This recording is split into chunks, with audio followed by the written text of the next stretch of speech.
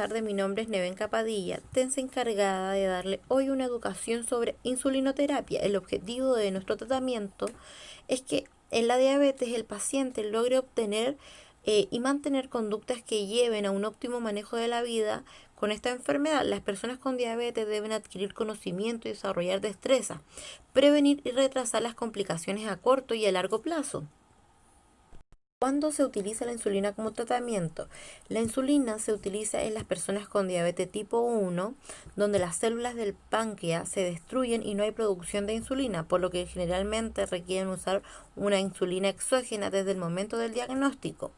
O también en las personas con diabetes tipo 2, donde tienen resistencia a la acción de la insulina, y aunque el páncreas la produce, en muchos casos no es suficiente. ¿Qué es la insulina? La insulina es una hormona producida por el páncreas. Su acción principal es disminuir la glucosa circundante en nuestro cuerpo, es decir, el azúcar en la sangre, para mantener los niveles de glicemia en rangos normales. La insulina es como la llave que permite a la glucosa entrar a la célula. Además, la insulina es una sustancia que se produce en nuestro cuerpo para ayudarnos a aprovechar la energía proveniente de los alimentos y así ayudarnos a realizar todas nuestras actividades cotidianas. Síntomas y complicaciones de la insulina. La complicación más común de la falta de insulina es la hipoglicemia, que puede ser causada por una mala inyección, por no consumir comidas en horarios adecuados, por un ejercicio excesivo o por una ingesta de alcohol. Los signos y los síntomas de la hipoglicemia son temblores, sudoración, ansiedad, una visión borrosa, fatiga, también puede producir taquicardia, vértigo, irritabilidad, dolores de cabeza o hambre. Y acción de la insulina. La acción de esta hormona es fundamental porque es la que permite que se aprovechen correctamente los alimentos. Es la máxima responsable de que la glucosa entre dentro de las células de los tejidos periféricos, también como el músculo y el hígado, donde va a ser utilizada como energía. Los efectos secundarios de la insulina pueden ser enrojecimiento, hinchazón o irritación en el sitio de la inyección, cambio en la sensación de la piel, engrosamiento de la piel o aumento de peso, también estreñimiento. La importancia de la adhesión al tratamiento para un paciente es fundamental, sobre todo para un paciente que tiene diabetes tipo 2, ya que es un factor determinante en el control metabólico. La adecuada adhesión terapéutica está asociada al control glicémico en los pacientes con diabetes. Es importante nosotros como TEN realizar capacitación a los pacientes para poder hacer énfasis en la adecuada adhesión al tratamiento establecido por el personal de salud, para poder así minimizar las complicaciones de los pacientes. Es importante también en esta educación hacer un proceso paulatino para el paciente, donde podamos irle enseñando no solo una vez, sino que en reiteradas ocasiones, para poder hacer más firme este tratamiento. Voy a hablar sobre los tipos de insulina. Existen 4 tipos de insulina, las cuales 3 de ellas son de consistencia blanca como el agua y una de ellas es más lechosa.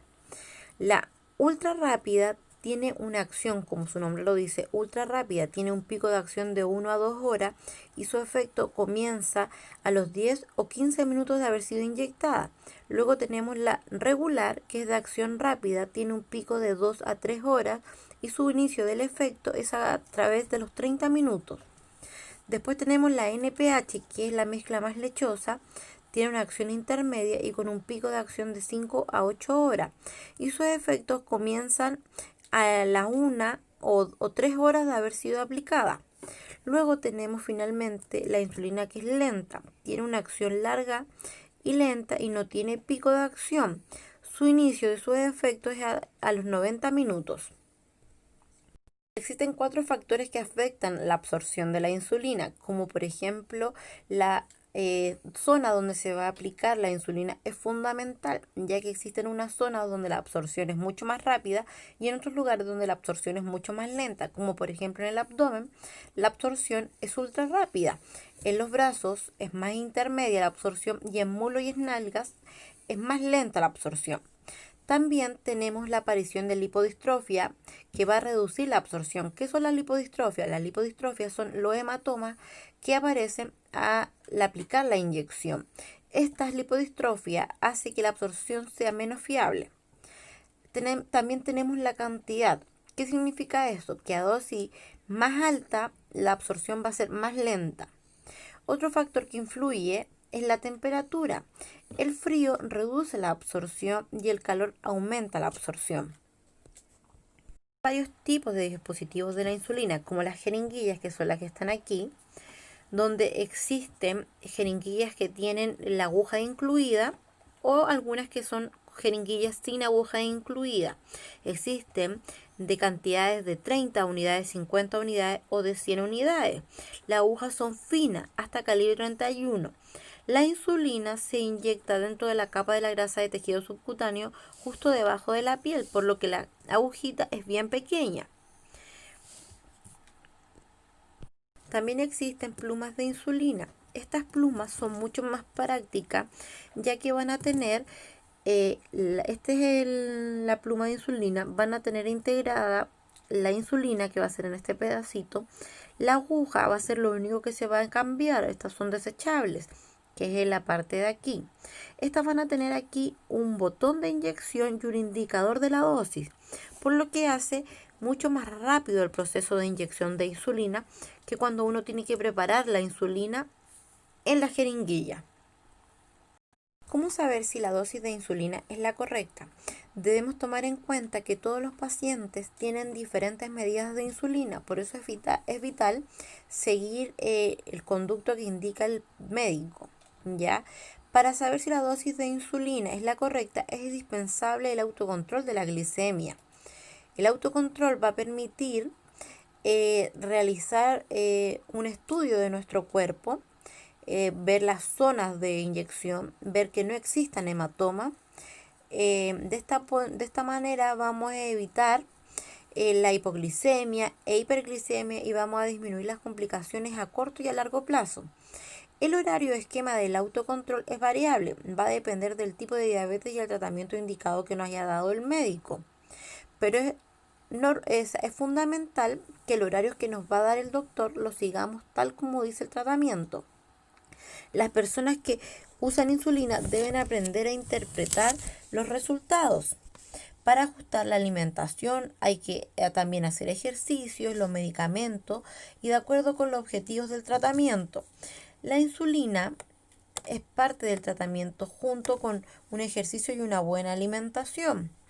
El objetivo es lograr el equilibrio entre estos tres factores para poder mantener un buen control de la glicemia. El autocontrol es una herramienta necesaria para poder lograr este equilibrio. ¿Qué cuidado debemos de tener con la insulina? La insulina, si se va a agitar, debe depender del tipo de insulina. Cuando son lechosas, se deben de agitar de esta manera. Las que son claras como el agua no se deben de agitar. Debemos de evitar de congelar, ya que ahí perdería su efecto. Tenemos que verificar la presencia de grumos. Si tiene cambio en su coloración, eso es fundamental, porque si tiene cambio en su coloración significa que ya perdió su efecto y la insulina está mala. Por eso es vital el tiempo de duración de la insulina. También debemos de proteger la insulina, no exponerla a rayos ni a temperaturas en altos grados de calor o altos grados de frío. Lo ideal es mantener la insulina en temperatura ambiente.